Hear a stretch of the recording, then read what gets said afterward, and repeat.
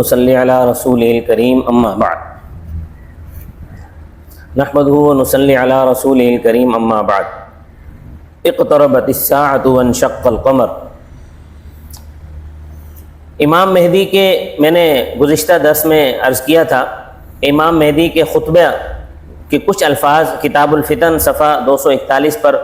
مذکور ہیں، اور بھی کتابوں میں امام مہدی کے خطبے کے الفاظ موجود ہیں جو وہ پہلا خطبہ جو ہے وہ دیں گے لوگوں کے سامنے، تو اس کے کچھ الفاظ آپ کو سنا دیے جاتے ہیں۔ کتاب الفتن میں صفحہ نمبر 241 پر اس طرح کے الفاظ مذکور ہیں کہ اے لوگو، میں تمہیں اللہ جس کو ہم بھلا چکے ہیں یاد کروانا چاہتا ہوں، اور یہ کہ تم اپنے رب کے سامنے تم نے کھڑے ہونا ہے۔ اللہ تعالیٰ اتمام حجت کر چکا، اس نے انبیاء کرام علیہ السلام کو بھیجا، کتابوں کو نازل کیا، تمہیں یہ حکم دیا کہ اس کے ساتھ کسی کو شریک نہ ٹھہراؤ، اللہ اور اس کے رسول کی اطاعت پر محافظت کرو، جن چیزوں کو قرآن کریم نے زندہ کرنے کا حکم دیا ہے تم انہیں زندہ کرو، جن چیزوں کو چھوڑنے کا اور ختم کرنے کا حکم دیا ہے ان کو ترک کر دو، ہدایت کے کاموں پر ایک دوسرے کے مددگار بن جاؤ اور تقوی پر ایک دوسرے کے معاون بن جاؤ، اس لیے کہ دنیا کے فنا و زوال کا وقت قریب آ گیا ہے اور وہ رخصت ہونے کے قریب ہے۔ اس لیے میں تمہیں اللہ اور اس کے رسول کی اطاعت کرنے، قرآن کریم کے احکامات پر عمل کرنے، باطل کو ختم کرنے اور سنتوں کو زندہ کرنے کی طرف دعوت دیتا ہوں۔ اور ایک روایت میں یہ الفاظ بھی ہیں، اے لوگو، امت محمدیہ کو مصائب نے آ گھیرا ہے، خاص طور پر حضور صلی اللہ علیہ وسلم کے خاندان والوں کو، اور ہم مغلوب ہو گئے اور ہمارے خلاف کفار نے بغاوت کر کے ہم پر چڑھائی کر دی۔ پھر اہل بدر کی تعداد کے برابر یعنی 313 افراد کے ساتھ حضرت امام مہدی ظہور کریں گے، اور 313 افراد ہی بنی اسرائیل میں طالوت کے ساتھ بھی نکلے تھے جب انہوں نے جالوت کے مقابلے کا ارادہ کیا تھا اور نہر عبور کی تھی۔ امام مہدی کے ساتھ یہ 313 افراد شام کے ابدال اور عراق کے عصائب اور مصر کے نجائب پر مشتمل ہوں گے، جو رات کے وقت شب زندہ دار اور دن کے وقت شاہ سوار ہوں گے۔ جب ان کے پاس گورنر مدینہ کا بھیجا ہوا لشکر پہنچے گا تو یہ اس سے قتال کر کے اسے شکست سے دوچار کر دیں گے، اور ان کا پیچھا کرتے ہوئے مدینہ منورہ میں داخل ہوں گے اور مدینہ منورہ کو ان کے پنجے سے آزاد کروا لیں گے۔ ابدال اور عصائب وغیرہ کے جو الفاظ ہیں حضرت ام سلمہ رضی اللہ تعالیٰ عنہ کی روایت میں بھی آئے ہیں، ان کی تشریح ملا علی قاری رحمۃ اللہ علیہ نے یوں فرمائی ہے، فرمایا کہ ابدال یہ بدل کی جمع ہے، اور ان کو ابدال اس لیے کہتے ہیں کہ جب ان میں کوئی ایک فوت ہو جاتا ہے تو اللہ تعالیٰ اس کی جگہ دوسرے کو بدل مقرر فرماتے تھے۔ جوہری کہتے ہیں کہ ابدال صلحاء کی وہ جماعت ہے جن سے کبھی دنیا خالی نہیں ہوتی، جو ہی ان میں سے ایک کا انتقال ہوتا ہے اللہ اس کی جگہ پر دوسرے کو مقرر فرما دیتا ہے۔ ابن درید نے کہا ہے کہ ابدال بدل کی جمع نہیں ہے بلکہ بدیل کی جمع ہے، جیسے شریف کی جمع اشراف ہے، اور ان کو ابدال کہنے کی وجہ یہ ہے کہ وہ ایک جگہ سے دوسری جگہ کوچ کرتے رہتے ہیں اور پہلی جگہ ان کی شبیہ قائم کر دی جاتی ہے۔ قاموس میں ہے کہ ابدال وہ قوم ہے جن سے اللہ عز و جل زمین کو قائم رکھتے ہیں۔ ایسے افراد کل 70 ہوتے ہیں، جن میں صرف 40 جو ہے وہ صرف شام میں رہتے ہیں، اور 30 شام کے علاوہ پوری دنیا میں دیگر مقامات پر رہتے ہیں۔ یہاں یہ بات ذہن میں رہے کہ شام سے مراد صرف دمشق نہیں ہے بلکہ شام اور اس کے ارد گرد کا پورا علاقہ مراد ہے۔ اسی طرح ان حضرات کو ابدال کہنے کی ایک وجہ یہ بھی ہو سکتی ہے کہ انہوں نے اخلاق رذیلہ کو بدل کر اخلاق حسنہ اختیار کر لیے، یا یہ کہ اللہ نے ان کے گناہوں کو نیکیوں سے بدل دیا۔ قطب حقانی شیخ عبد القادر جیلانی رحمۃ اللہ علیہ ان کو ابدال کہنے کی وجہ یہ بیان فرماتے ہیں کہ ان لوگوں نے اپنے ارادے کو اللہ کی مرضی پر قربان کر دیا، تو اس کا بدلہ ان کو یہ عطا ہوا کہ ان کی مرضی اللہ کی مرضی کے مطابق ہو گئی۔ اب ان لوگوں کے حق میں یہ چیز بھی گناہ کے زمرے میں ہوتی ہے کہ وہ ارادہ خداوندی کے ساتھ کسی کو بھول کر یا غلبے میں آ کر شریک بنا دے۔ پھر اللہ تعالیٰ اپنی رحمت سے ان کی دستگیری فرماتے ہیں تو وہ اس سے باز آ کر رب ذوالجلال سے استغفار کرتے ہیں، اور شاید عارف باللہ ابن فارز نے بھی اسی چیز کی طرف اشارہ کرتے ہوئے کہا ہے کہ اگر میرے دل میں بھولے سے بھی تیرے علاوہ کسی اور کے بارے میں کوئی ارادہ کھٹکے میں اپنے مرتد ہونے کا فیصلہ کر دوں گا۔ اہل عرب کا یہ مقولہ ہے حسنات الابرار سیئات المقربین، کہ جو قربت والے لوگ ہوتے ہیں ان کی جو دور کے لوگ ہوتے ہیں، مطلب جن کا اللہ سے اتنا زیادہ تعلق نہیں ہوتا، ان کی نیکیاں مقربین کے گناہ ہوتے ہیں۔ اور عصائب کس کو کہتے ہیں؟ عصائب نہایہ میں لکھا ہے کہ عصائب یہ عصابتن کی جمع ہے، اس کا اطلاق 10 سے لے کر 40 کی جماعت پر ہوتا ہے۔ اسی سے حضرت علی رضی اللہ تعالیٰ عنہ کی وہ حدیث ہے جس میں وہ فرماتے ہیں کہ ابدال شام میں ہوتے ہیں اور نجبا مصر میں ہوتے ہیں اور عصائب عراق میں۔ عصائب عراق میں اس سے کیا مراد ہے؟ اس میں ایک قول تو یہ ہے کہ عراق جنگوں کے لیے جمع ہونے کی جگہ ہے، اور دوسرا قول یہ ہے کہ اس سے مراد زاہدوں کی ایک جماعت ہے جن کا نام ہی عصائب ہے، اس لیے حضرت علی رضی اللہ تعالیٰ عنہ نے اس کو ابدال اور نجبا کے ساتھ ذکر کیا ہے۔ ابو نعیم اصفہانی نے حلیۃ الاولیاء میں اپنی سند سے حضرت ابن عمر رضی اللہ تعالیٰ عنہ سے حضور صلی اللہ علیہ وسلم کا یہ ارشاد نقل کیا ہے کہ میری امت کے بہترین لوگ ہر زمانے میں 500 افراد ہوتے ہیں اور 40 ابدال ہوتے ہیں، نہ وہ 500 سے کم ہوتے ہیں اور نہ یہ 40 سے کم ہوتے ہیں، اس لیے کہ جب ان 40 میں سے کوئی ایک فوت ہو جاتا ہے تو اللہ تعالیٰ ان 500 میں سے ایک کو اس کی جگہ مقرر فرما دیتے ہیں۔ صحابہ کرام نے عرض کیا کہ یا رسول اللہ ہمیں ان کے اعمال کے بارے میں بتائیے کہ وہ کس قسم کے اعمال کر کے اس رتبہ علیہ تک پہنچے، تو آپ صلی اللہ علیہ وسلم نے فرمایا وہ اپنے اوپر ظلم کرنے والوں سے درگزر کرتے ہیں، اپنے ساتھ برا کرنے والوں سے اچھا سلوک کرتے ہیں، اللہ تعالیٰ کے دیے ہوئے میں سے ایک دوسرے کے ساتھ ہمدردی کرتے ہیں۔ ابو نعیم ہی کی سند سے اس سلسلے کی ایک روایت حضرت عبداللہ بن مسعود سے بھی مروی ہے کہ حضور صلی اللہ علیہ وسلم نے فرمایا اللہ تعالیٰ کی مخلوق میں 7 بندے ایسے ہیں جن کی وجہ سے اللہ تعالیٰ لوگوں کو زندگی اور موت دیتے ہیں، بارش برساتے ہیں، پیداوار اگاتے ہیں، مصائب کو روکتے ہیں۔ حضرت ابن مسعود سے پوچھا گیا کہ اللہ تعالیٰ ان کی وجہ سے لوگوں کو زندگی اور موت کیسے دیتے ہیں؟ تو فرمایا اس طرح کہ وہ لوگ اللہ تعالیٰ سے امت کی کثرت کے لیے دعا کرتے ہیں تو اللہ تعالیٰ اس میں اضافہ فرما دیتے ہیں، ظالموں کے خلاف بد دعا کرتے ہیں تو اللہ تعالیٰ ظالموں کو تہس نہس فرما دیتے ہیں، پانی طلب کرتے ہیں تو اللہ تعالیٰ بارش برسا دیتے ہیں، دعا کرتے ہیں پیداوار کی تو اللہ تعالیٰ زمین کی پیداوار اگا دیتے ہیں، سوال کرتے ہیں تو اللہ تعالیٰ مصائب دور فرما دیتے ہیں۔ اگر طوالت کا خوف نہ ہوتا تو میں کچھ اور روایتیں بھی بیان کرتا، خیر اتنا کافی ہے۔ جب سفیانی کو حضرت امام مہدی کے ظہور کی اطلاع ملے گی تو وہ کوفہ سے ایک لشکر مدینہ کی طرف بھیجے گا جو 3 دن تک مدینہ منورہ میں خوب قتل و غارت گری کا بازار گرم کرے گا، امام مہدی کی تلاش میں پھرتا رہے گا۔ پھر وہ لشکر مدینہ منورہ سے روانہ ہوگا اور جب مقام بیضاء میں پہنچے گا تو پورا لشکر زمین میں دھنس جائے گا، صرف 2 آدمی بچیں گے، جن میں سے ایک تو سفیانی کے پاس یہ بری خبر لے کر پہنچے گا اور دوسرا حضرت امام مہدی کو جا کر یہ خوشخبری سنائے گا۔ جب امام مہدی اس خوشخبری کو سنیں گے تو فرمائیں گے کہ ہاں اب خروج کا وقت آیا ہے، چنانچہ وہ وہاں سے نکل کر مدینہ منورہ پہنچیں گے اور بنو ہاشم کے جو لوگ قید ہو چکے ہوں گے انہیں آزاد کرائیں گے اور دیکھتے ہی دیکھتے پوری سرزمین حجاز کو فتح کر لیں گے۔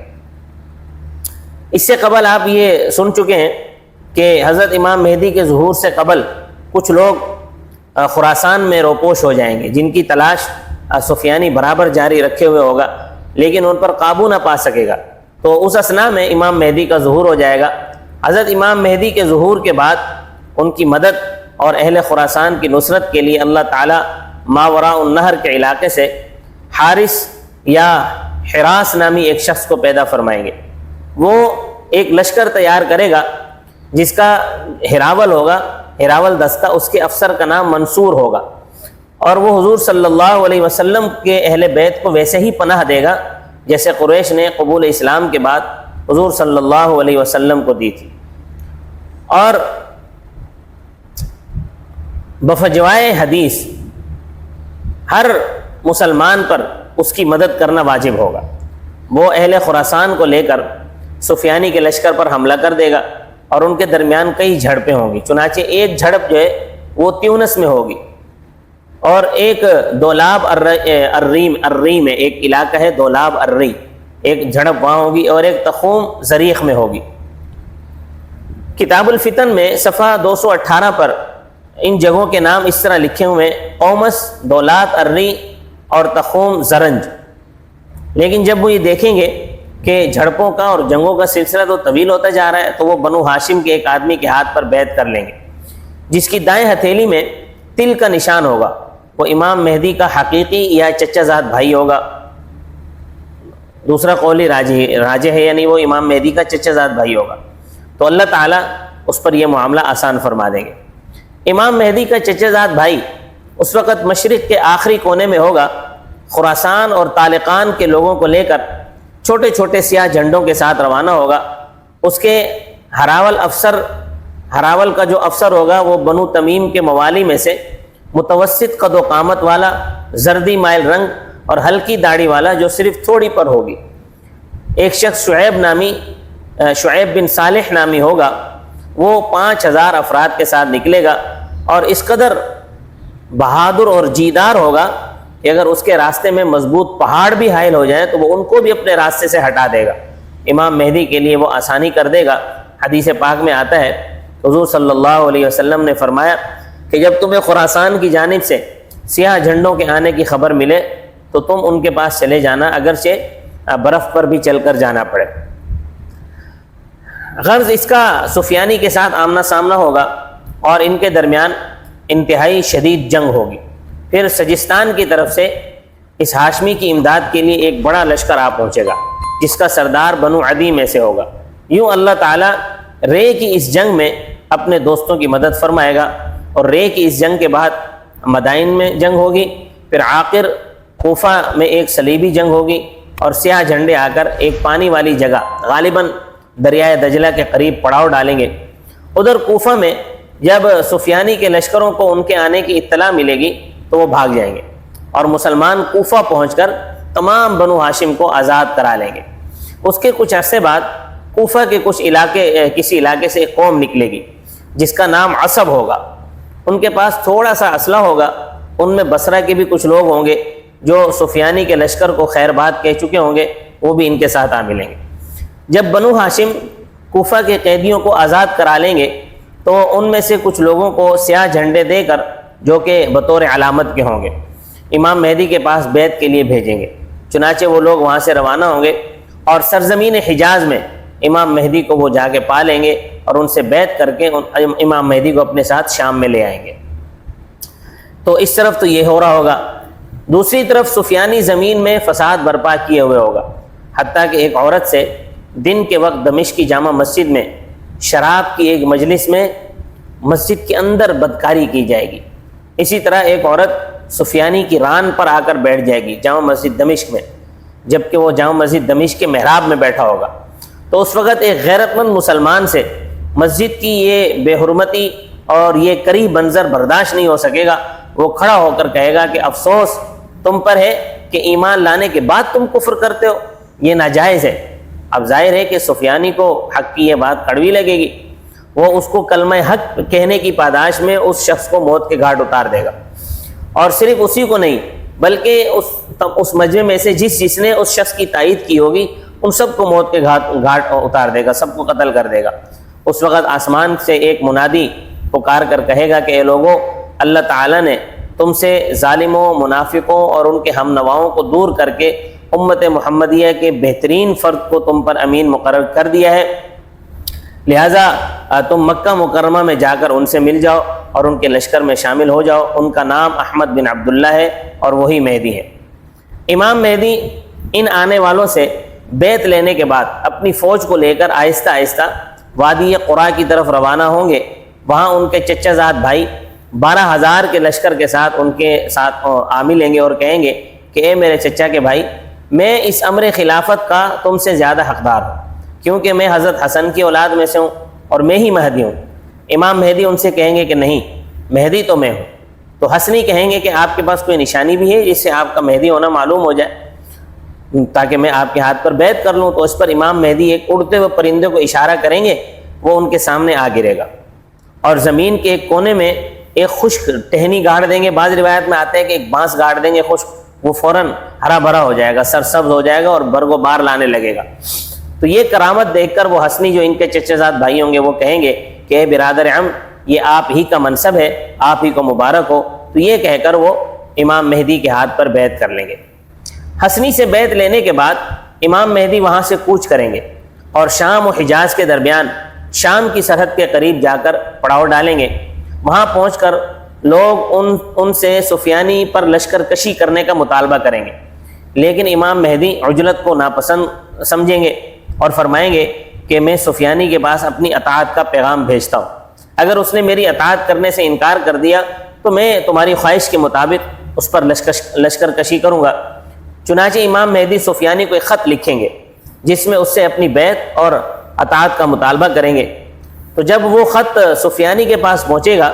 تو وہ اپنے وزیروں اور مشیروں کو بلا کر ان سے مشورہ کرے گا، تو مشورہ کرنے کے بعد وہ بھی امام مہدی کی بیعت کر لے گا اور وہاں سے روانہ ہو کر وہ بیت المقدس جا پہنچے گا۔ پھر امام مہدی عدل و انصاف کو قائم کرنے کے لیے اہل شام میں سے کسی کے پاس بھی ذمیوں کی زمین نہیں رہنے دیں گے، بلکہ ان سے لے کر ان کے ذمی مالکوں کے حوالے کر دیں گے، خواہ وہ زمین کا چھوٹا سا ٹکڑا ہی کیوں نہ ہو۔ تمام مسلمانوں میں حضرت امام مہدی جہاد کی روح پھونک دیں گے۔ اب جب سفیانی حضرت امام مہدی کے ہاتھ پر بیعت کر چکا ہوگا تو اس کی بیعت کے بعد قبیلہ بنو کلب کا کنانا نامی ایک شخص اپنے ساتھ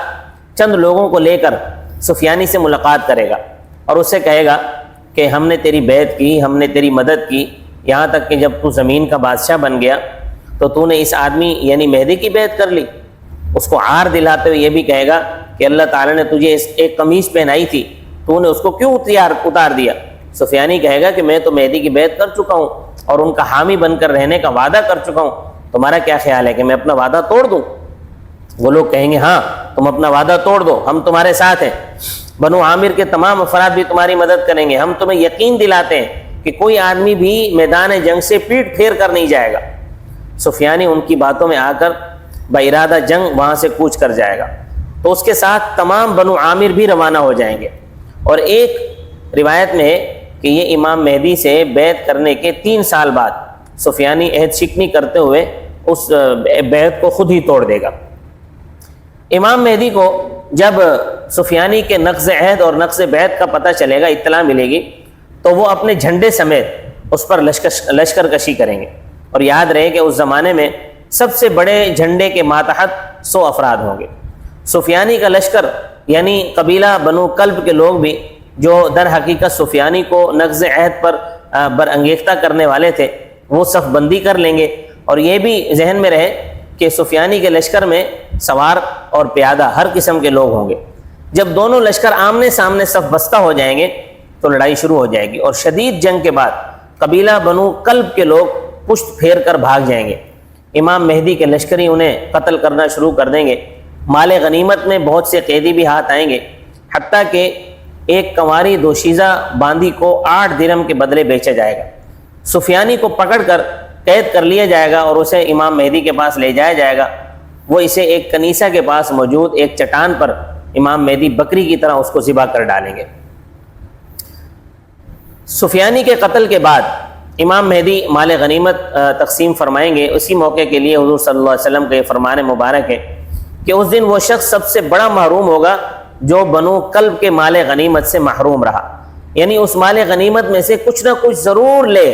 ہر کسی کو چاہیے کہ اس مال غنیمت میں سے ضرور کچھ نہ کچھ لے، اگرچہ اونٹ کو باندھنے کی رسی ہی کیوں نہ مل جائے۔ صحابہ کرام نے عرض کیا رسول اللہ، وہ لوگ ان کے اموال کو غنیمت اور بچوں کو ان کے مسلمان ہونے کے باوجود کیسے قیدی بنا لیں گے؟ تو فرمایا کہ وہ شراب اور زنا کو حلال سمجھنے کی وجہ سے کافر قرار دیے جائیں گے۔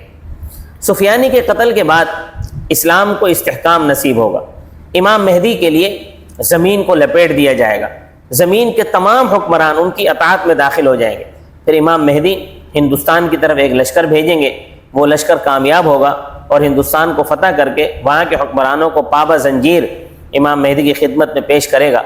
ہندوستان کے خزانے بیت المقدس لے جائے جائیں گے، ان سے بیت المقدس کی تزئین اور آرائش کا کام لیا جائے گا، اور اسی طرح کئی سال گزر جائیں گے۔ تو اس مقام پر ہندوستان سے مراد صرف انڈیا نہیں ہے، بلکہ اس میں پاکستان بھی شامل ہے، کیونکہ ہند و پاک کی یہ تقسیم تو اب ہوئی ہے۔ پہلے تو یہ سارا علاقہ ہندوستان کہلاتا تھا، جس میں بنگلہ دیش بھی ہے، پاکستان بھی ہے اور انڈیا بھی ہے۔ انشاءاللہ اس کے بعد اگلے واقعات اگلے درس میں بیان ہوں گے۔ وما علینا الا البلاغ المبین۔